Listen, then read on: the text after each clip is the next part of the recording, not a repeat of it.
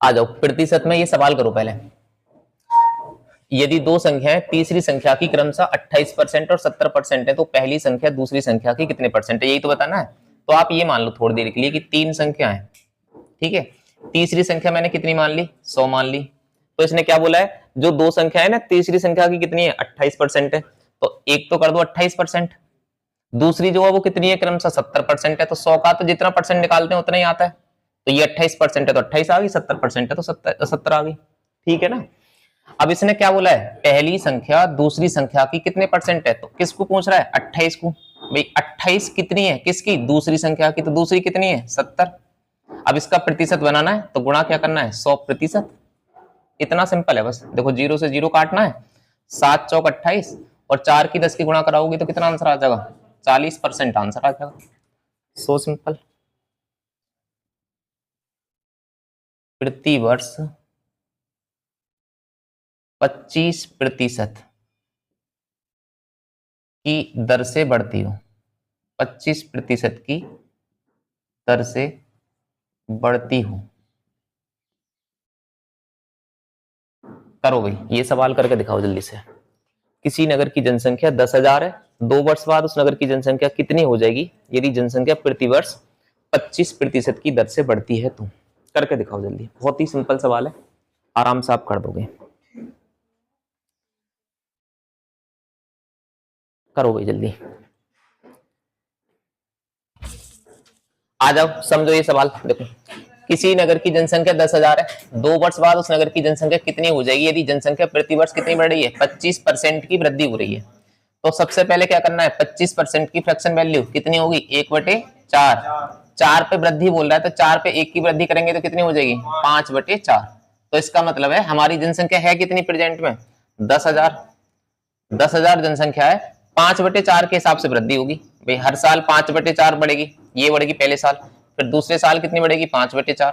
तो इतनी वृद्धि होती जा रही है। बस ये सॉल्व कर लो, आंसर आ जाएगा। काटा पीटी करनी है बस। देखो 4 से आप इसे काटोगे तो देखो 100 कट जाएंगे 25 बार, फिर 4 से काटो तो ये 100 कट जाएंगे 25 बार। 25 कितने हो गए, 625।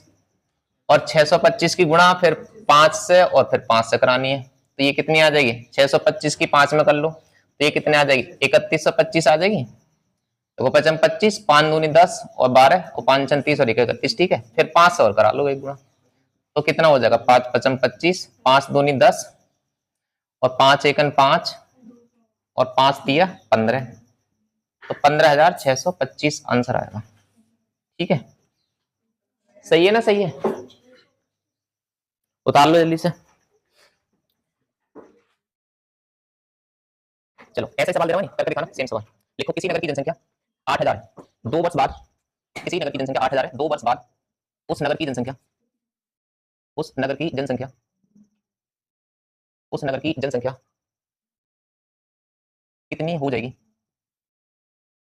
यदि जनसंख्या में, यदि जनसंख्या में प्रथम वर्ष, प्रथम वर्ष 10% तथा द्वितीय वर्ष, तथा द्वितीय वर्ष 20% की वृद्धि हो, 20% की वृद्धि हो, 20% की वृद्धि हो। किसी नगर की जनसंख्या 8,000 है, 2 वर्ष बाद उस नगर की जनसंख्या कितनी हो जाएगी यदि जनसंख्या में प्रथम वर्ष 10% तथा द्वितीय वर्ष 20% की वृद्धि हो। आ जाओ समझो इधर। तो देखो पहले क्या है, इसकी जनसंख्या कितनी है प्रेजेंट में, 8,000 है ना, 8,000 लिख लो। 10% की फ्रैक्शन वैल्यू कितनी बनेगी, 1/10, ठीक है। तो 10 पे 1 की वृद्धि करोगे तो कितनी हो जाएगी, 11/10। तो 11/10 से गुणा करा दो। 20% की वृद्धि मतलब कितना है, 1/5। तो 5 पे 1 की वृद्धि करा दो, कितनी हो जाएगी, 6/5।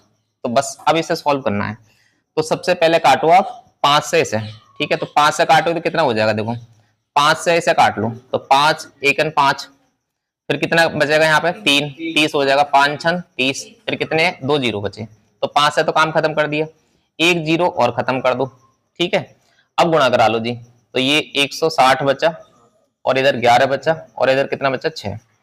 अब गुणा कराओ तुम 16 की और कितने की, 11 6 कितने हो जाएंगे, 66। अब गुणा करा लो 16 की 6 की गुणा कराओगे तो 16 6 कितने होते हैं और हासिल कितने लगे, 9। 16 6 96 और 9 कितने हो गए? 96 और 9 बताओ कितने हो गए? 105 और एक जीरो और रह गया, तो एक जीरो यहाँ पे लगा दो, कितना हो जाएगा आंसर?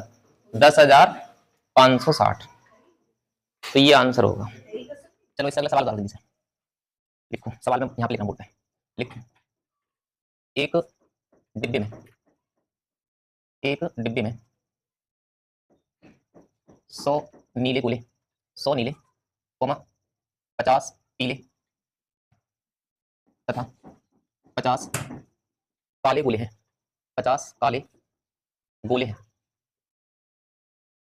25% नीले तथा 50% पीले, 50% पीले गोले निकाल लिए गए हैं, निकाल लिए गए हैं। अब काले गोलों का प्रतिशत कितना है? अब काले गोलों का प्रतिशत कितना है? अब काले गोलों का प्रतिशत कितना है? बता दो जल्दी। आ जाओ, बोर्ड पे समझा दे रहा हूं मैं, है नहीं? समझो इधर देखो, सबसे पहले आप लिख लो गोले कैसे कैसे हैं। एक तो नीले गोले, एक पीले हैं, और तीसरे कौन सी वैरायटी है? काले गोलों की। तो आप ऐसे लिख लो, अब नीले वाले कितने हैं? 100 हैं, ये कितने हैं? 50 हैं, और ये भी कितने हैं? 50 हैं। इसमें से कितने गायब करने हैं? 25% गायब करने। देखो सवाल में बोला है 25% नीले तथा 50%, ठीक है, ये 50% है ये, ठीक है, ध्यान रखना, 50% पीले गोले निकाल दिए गए। तो यहाँ पे 50% आप इसका निकालोगे, ठीक है। तो अब देखो कितने बचेंगे? 100 का 25% कितना होगा? एक चौथाई। एक चौथाई हिस्सा कितना बनेगा? 100 का तो 25% 25 ही बनेगा ना, तो 100 में से 25 गायब करोगे तो कितने बचेंगे? 75। पीले गोले 50% निकाल दिए गए हैं, कितने? 50, तो 50 का 50% कितना होगा? आधा निकालना, मतलब कितना हो जाएगा? 25, ठीक है। तो 25 गायब कर दो, इसमें से कितने बचेंगे? 25 ही बचेंगे। और गोले काले वाले तो हमसे कुछ करा ही ना है, ये तो ऐसे रहने है नहीं, तो ये 50 के 50 ही आ जाएंगे। अब गोले टोटल कितने हो गए? ये 75 और 2500 और 150 हो जाएंगे टोटल। टोटल गोले कितने हैं इस समय? टोटल कितने? 150 ही है ना भाई, इतने तो गायब हो गए। पहले जितने भी थे 200 थे पहले, अब ये 25 निकल गए और ये 25 निकल गए, तो 50 तो निकल गए, तो बचे कितने? 150। अब इन 150 में काले गोले कितने हैं? काले गोले का प्रतिशत कितना है? तो काले गोले हैं कितने? काले गोले हमारे पास में 50 है ना, है। प्रतिशत किससे निकालना है? इस 150 से, ठीक है। इस 150 से प्रतिशत बताना है, आप ऊपर 50 लिख लो और गुणा क्या करते हैं अपने? 100% प्रतिशत में बनाने के लिए। तो 50 तिया 150 होते हैं, और 3 से डिवाइड करोगे तो कितना आ जाएगा? 33 सही 1/3%। यानी काले गोले जो हैं वो 33 सही 1/3% है। उतार लो जल्दी से। 5,610 रुपया, 10 रुपया है।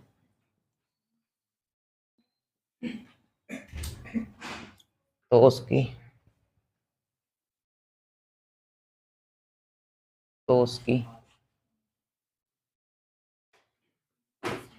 कुल पूंजी कितनी है?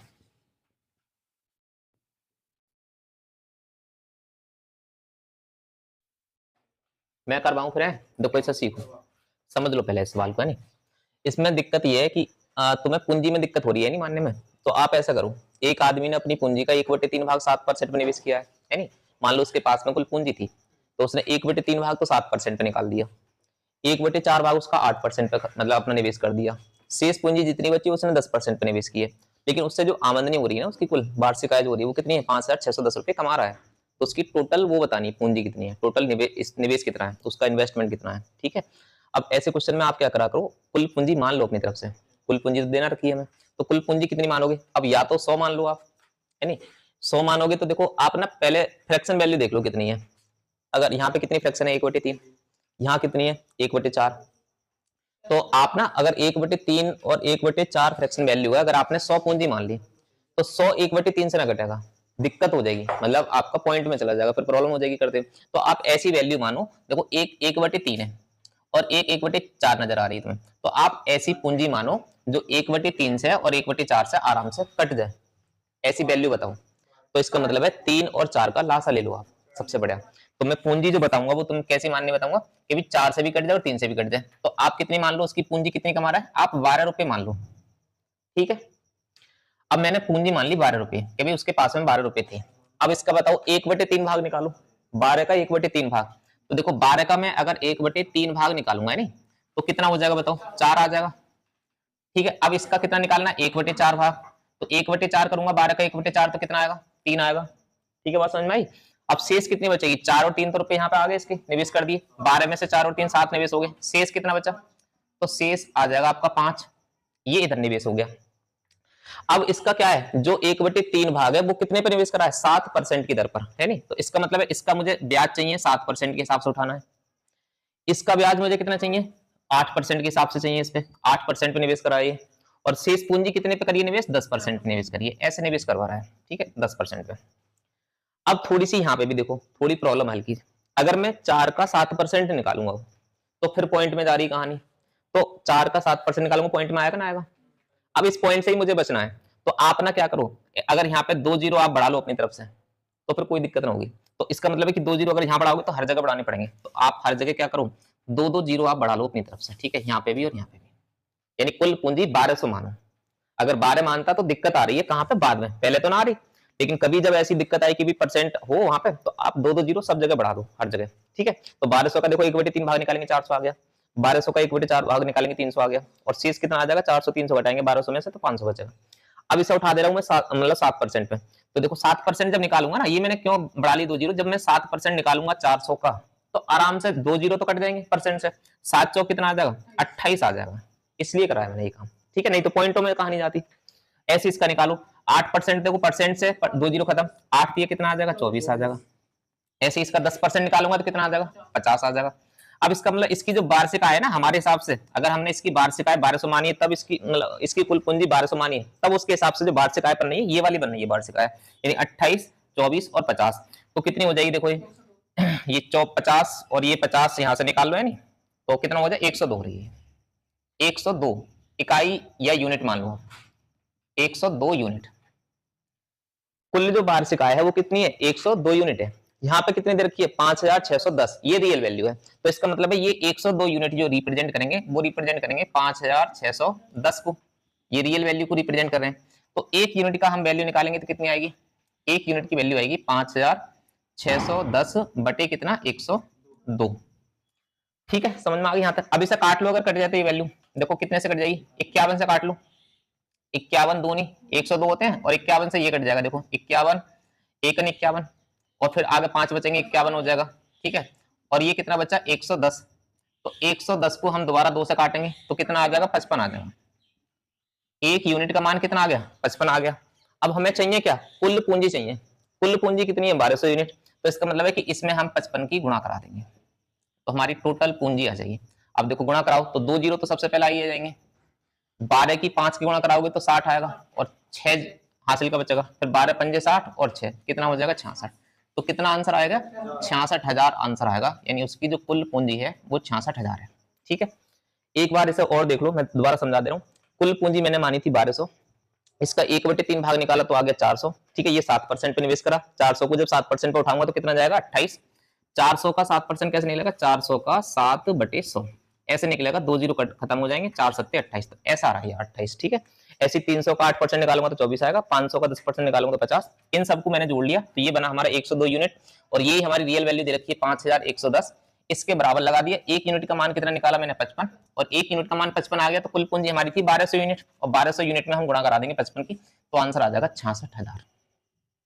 ठीक है ना, उतार लो जल्दी से, रखा दो सर।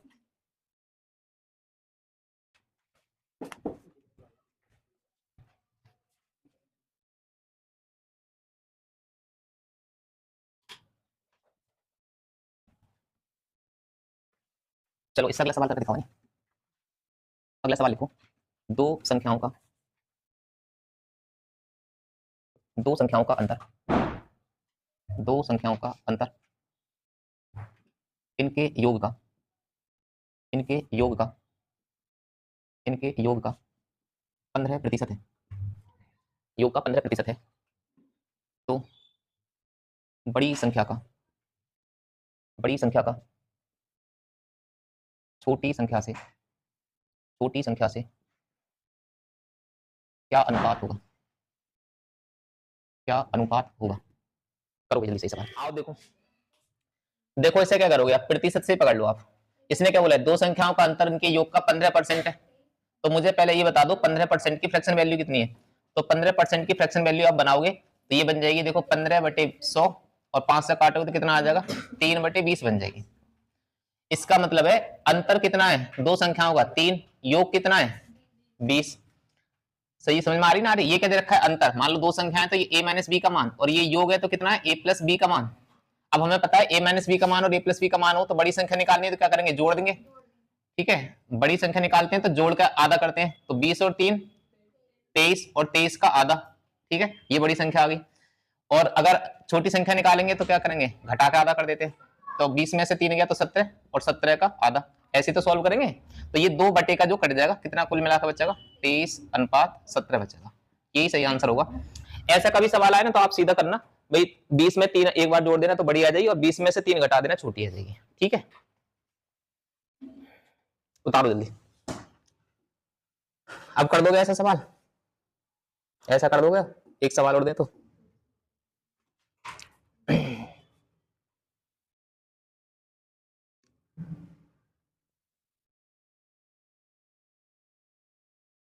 कर दोगे अब तो कर दोगे, ठीक है। चलो ऐसा ही सेम सवाल दे रहा हूं, बस वैल्यू लिख रहा हूं यहाँ पे 5 बदल रहा हूं, बस एक की जगह मैंने 5 कर दिया है। अब बताओ जल्दी से आंसर कितना होगा। ठीक है, जल्दी से करो। दो संख्याओं का अंतर इनके योग का 55% है तो बड़ी संख्या का छोटी संख्या से क्या अनुपात होगा, जल्दी से करो भाई।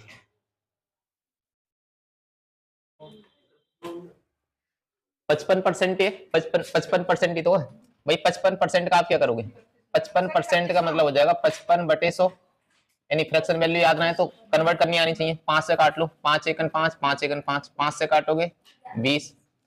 अब मैंने क्या बताया था, बड़ी संख्या निकालनी है तो आप जोड़ दो, तो 20 में 11 जोड़ेंगे तो 31, और छोटी निकालनी है तो घटा दो। छोटी निकालोगे तो आप घटाओ, 20 में से 11 गई तो कितने बचे, 9 बचा। तो कितना आंसर आ जाएगा, 31:9 हो जाएगा। ठीक है, कभी छोटी का बड़ी से पूछा तो 9:31 बता दो। ठीक है ना, ठीक है। तो परीक्षा का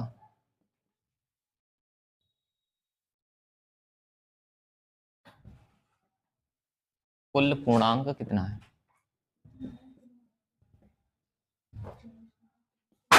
ठीक है, यही तो पूछा है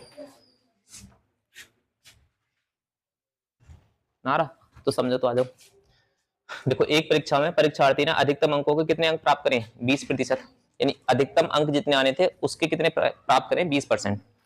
तो 5 अंकों से क्या हो रहा है, ये फेल हो रहा है। ठीक है, इसका मतलब अगर ये 20% अगर नंबर इसे मिलते तो ये कितने नंबर से फेल हो रहा है, 5 नंबर से फेल हो रहा है। मतलब जितने इसे पास होने चाहिए थे उससे 5 नंबर इसके क्या रह गए, कम रह गए।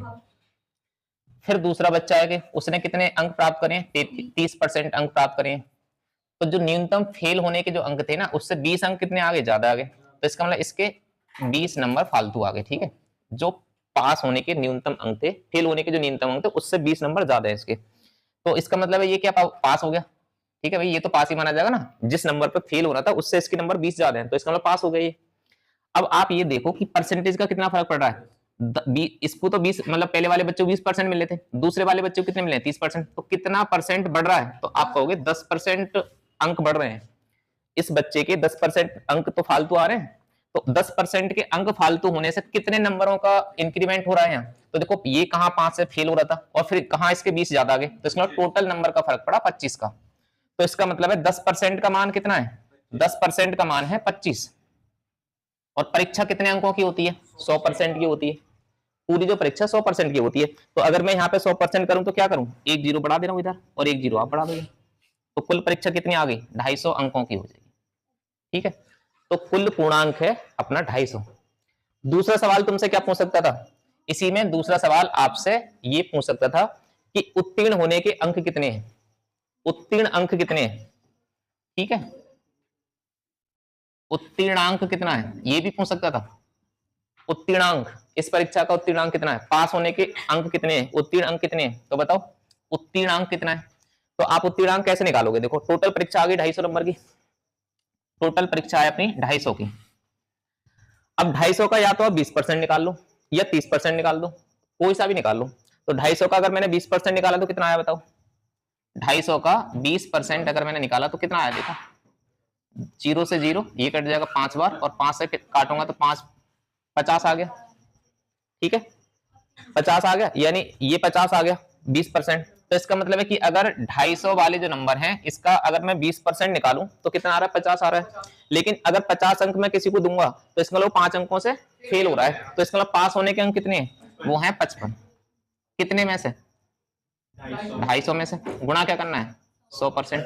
तो ये आ जाएगा उत्तीर्णांक प्रतिशत, अगर आप निकालना चाहो तो, मतलब उत्तीर्णांक निकालना चाहो तो ये कितना आएगा? देखो, 50 से काट लो, 50 दूनी, और 50 से काटोगे तो 50 पंजे। ठीक है, अब 5 से ये काट लो, कितना कट गया? 11, और 11 दूनी कितना हो जाएगा? 22। तो इसका मतलब है कि 22% पे पास हो जाएंगे। अगर उत्तीर्ण अंक पूछता तो कितने बताओगे आप? या तो बताओगे उत्तीर्ण अंक है 55, और परसेंट में पूछा तो कितने बताओगे? 22%। 22% पे पास हो रहे हैं। तो ऐसे कुछ भी पूछ सकता है नहीं, या तो कुल अंक पूछे परीक्षा के तो आप ऐसे बता दोगे, ये सिंपल है। लेकिन अगर उत्तीर्ण अंक भी पूछे तो प्रतिशत में बता सकते हो, नंबर निकाल के बता सकते हो। ठीक है ना?